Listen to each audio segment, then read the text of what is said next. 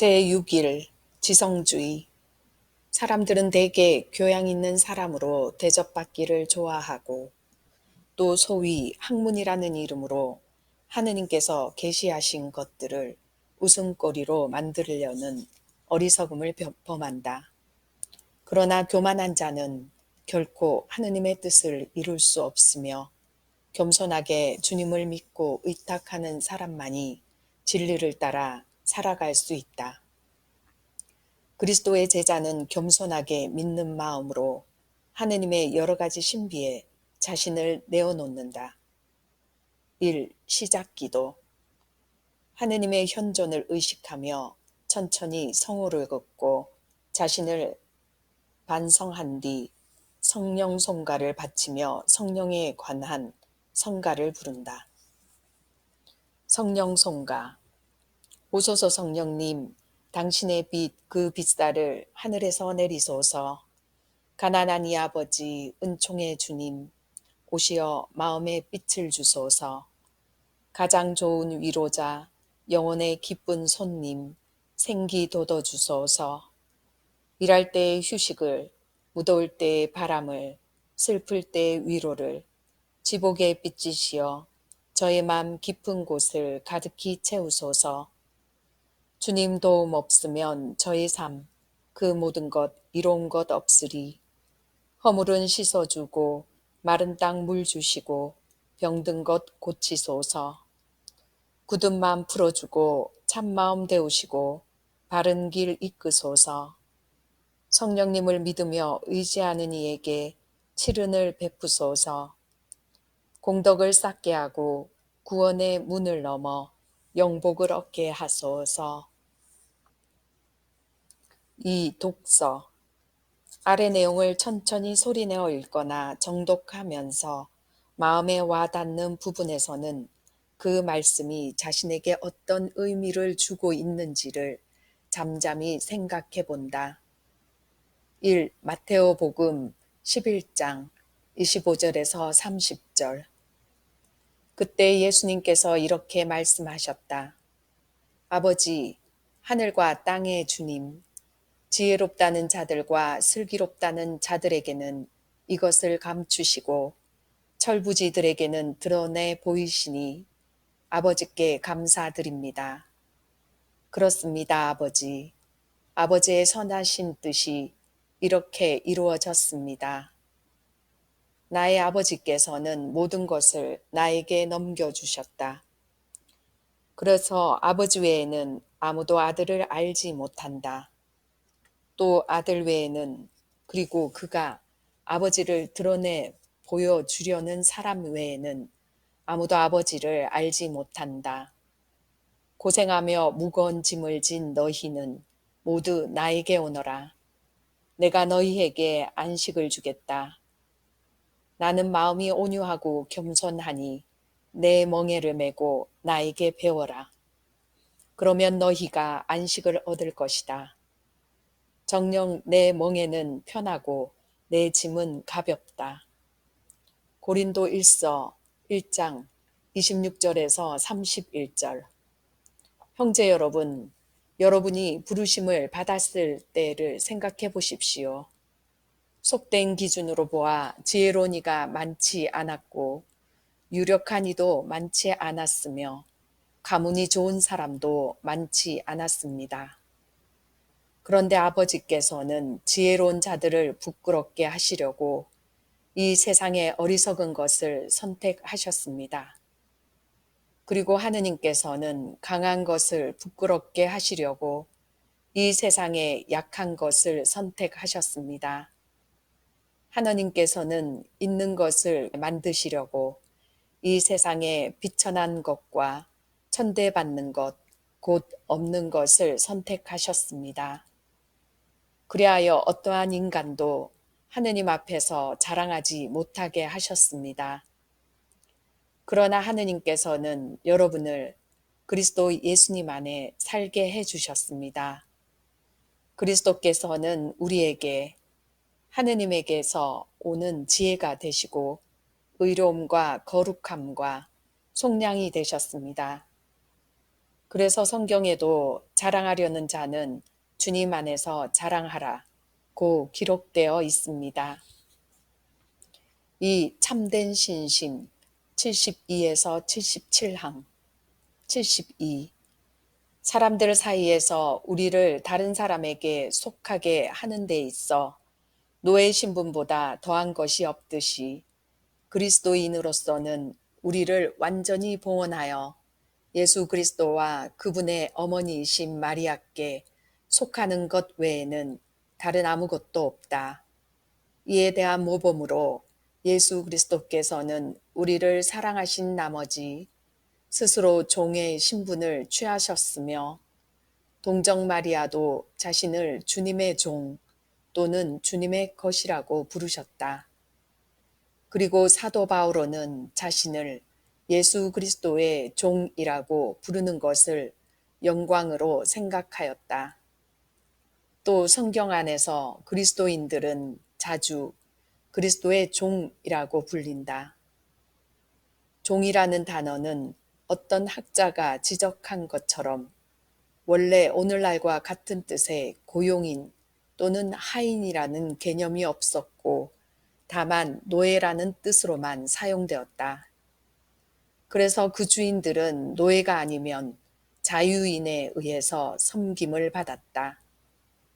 트리엔트 공의회에서도 우리가 예수 그리스도의 소유라는 것을 전제하여 우리를 예수 그리스도의 노예라고 칭했다. 그러므로 나는 이렇게 말한다. 73.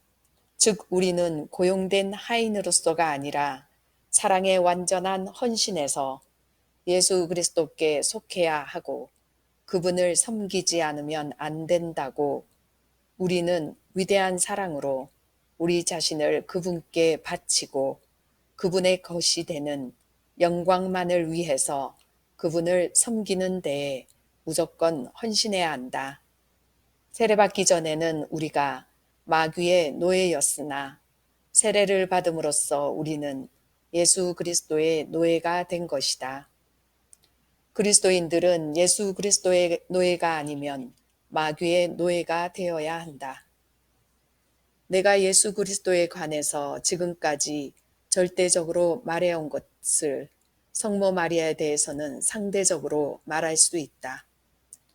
즉 예수 그리스도께서 당신의 삶과 죽음, 하늘과 땅에서의 당신의 영광과 능력에 떨어질 수 없는 동반자로서 마리아를 선택하셨기 때문에 성인들이 본성적으로 하느님께 속하는 모든 것은 은총에 의해서 마리아께도 속한다 라고 말하고 있듯이 하느님께서 본성적으로 가지고 계시는 권리와 특권은 은총에 의해 마리아에게도 주어졌다는 것이다.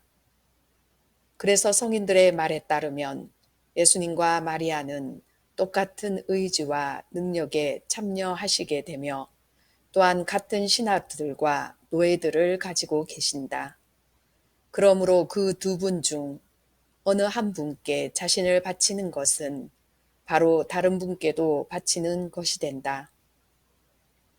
75. 성인들과 많은 위대한 사람들의 가르침에 따르면 보다 완전히 예수 그리스도께 속하기 위해서 우리는 성모 마리아의 사랑 가득한 노예라고 말할 수 있고 또 그렇게 될 수가 있다. 주 예수님께서는 우리에게 내려오시는 수단으로서 성모 마리아를 사용하셨고 우리도 예수 그리스도께 가까이 가기 위해서는 마리아를 통하지 않으면 안 된다. 왜냐하면 우리가 어떤 것에 애착을 가지면 그것은 우리를 하느님께로부터 멀어지게 하는데 마리아는 그렇지가 않기 때문이다. 오히려 마리아의 가장 강렬한 원인은 우리를 성자이신 예수 그리스도와 일치시키고자 하는 것이며 또 성자의 가장 강한 원인은 당신의 거룩하신 어머니를 통하여 우리가 당신께로 나아가는 것이기 때문이다. 이는 마치 여왕의 보다 더 훌륭한 종이 되는 것이 왕의 기쁨이 되고 영예가 되는 것과 같다. 그렇기 때문에 교부들과 그를 이은 성 베나벤투라는 성모 마리아는 주님께 나아가는 길이라는 의미로 이렇게 말하였다. 그리스도께로 가는 길은 성모님께 가까이 가는 것이다. 76. 더 나아가서 성 안셀모, 성 베르나르도, 성 베르나르디노와 성 보나벤투라는 동정 마리아를 포함한 모든 것이 하느님의 권하에 있고 하느님께 속한 모든 것이 하느님까지도 동정 마리아의 권하에 있도다 라고 말한다. 내가 이미 말한 바와 같이 마리아는 하늘과 땅의 모의시며 주인이시므로 지상의 피조물 들 만큼 많은 수의 신하와 노예들이 있지 않겠는가. 그리고 이 많은 노예들 가운데에는 사랑과 자유의지로 마리아를 자신의 주인으로 선택하는 사람들도 많이 있지 않겠는가. 사람들이나 악마에게도 자발적인 노예가 있다면 어찌 마리아에게는 그 같은 노예들이 없겠는가. 세상의 왕들은 왕후가 생사의 권한을 행사할 수 있는 자기 소유의 노예를 가지는 것을 영광으로 생각했다. 왜냐하면 그의 아내인 왕후의 권한이 바로 왕들 자신의 영예와 권력이기 때문이었다. 그런데 하물며 모든 아들들 중에 가장 착한 아들이신 우리 구세주께서는 거룩하신 당신 어머니께 온갖 고난을 나누어 주셨는데 어찌 우리들이 그 어머니에게 온전히 봉헌하는 것을 좋아하시지 않겠는가? 주 예수님께서 마리아에 대해 가지셨던 존경과 사랑이 크세르크세스가 에스테르에 대해서 솔로몬이 밧세바에 대해서 가졌던 것보다도 오히려 덜 했다고 감히 생각할 수 있겠는가? 누가 감히 그런 말을 하고 그런 생각조차 할 수 있겠는가? 77. 아, 내가 왜 이다지도 필요 없는 말을 하고 있는가? 왜 내가 이다지도 명백한 사실을 새삼스럽게 증명하려고 하는가? 만일 누가 자기 자신을 마리아의 노예라고 말하고 싶지 않다면 그래도 좋다. 그가 예수 그리스도께 자신을 오로지 바치고 예수 그리스도의 노예라고 생각해도 좋다. 그것은 예수님께서 마리아의 아들이며 마리아의 영광이기 때문에 그 사람도 역시 마리아의 것이 되지 않을 수 없는 까닭이다. 내가 지금부터 이야기하게 될 완전한 신심인 봉헌을 통해서 완전히 이렇게 되는 것이다. 3. 준주성범 제3권 43장 1에서 4항 1. 주님의 말씀. 아들아, 너는 사람이 하는 말이 아름답고 현철하다고 이끌리지 말라. 하느님의 나라는 말이 아니라 힘에 있기 때문이다. 마음을 뜨겁게 하고 정신을 밝혀주는 내 말을 삼가 들을 것이니 마음의 통회를 바라게 하고 여러 가지 위로를 주는 말이다.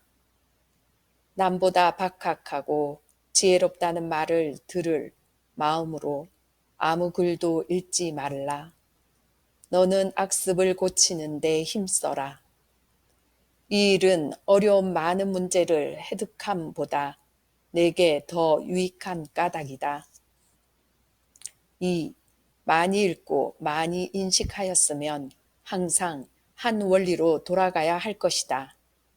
사람에게 지식을 가르치는 자는 나이며 사람한테서 배워 알 수 있는 이상으로 명석한 이해력을 어린이들에게 준다. 내가 가르쳐주는 사람은 오래지 아니하여 지혜로울 것이며 영신적 진보가 많으리라. 사람에게 헛된 것을 많이 물으면서 나를 섬기는 길엔 별로 관심치 않는 사람에게는 과연 화 있으리라. 모든 선생의 선생이요 천사들의 주님이신 그리스도께서 나타날 때가 있을 터이니 그때에는 모든 사람이 강을 받으러 즉 각 사람의 양심을 살피러 올 것이다. 그때 나는 등불을 켜들고 예루살렘을 뒤지리니 모든 암흑에 감추인 것이 드러날 것이며 혀는 변론을 그치고 잠잠하리라. 3. 나는 겸손한 자의 정신을 잠세에서 들어올려 학업을 10년간 학교에서 연구한 것보다도 더 많은 영원한 진리의 이치를 삽시간에 통달케 하리라. 나는 음성의 요란한 진동이 없이 여러 의견의 복잡함도 없이 허영의 외식도 없이 논쟁도 없이 가르친다. 나의 가르치는 과목은 세상 것을 천히 보고 잠세의 것을 싫어하고 영원한 것을 찾고 영원한 것에 맛을 붙이고 명예를 피하고 악표를 참아 견디고 모든 희망을 나에게 두고 나 외에는 아무것도 원하지 않고 모든 것을 초월하여 나를 열절히 사랑하라는 것이다. 4. 어떤 사람은 나를 친근히 사랑하는 데서 천상적 사정을 배워 기묘한 말을 하였다. 세밀한 연구에서보다도 모든 것을 버리는 데서 진보하였다.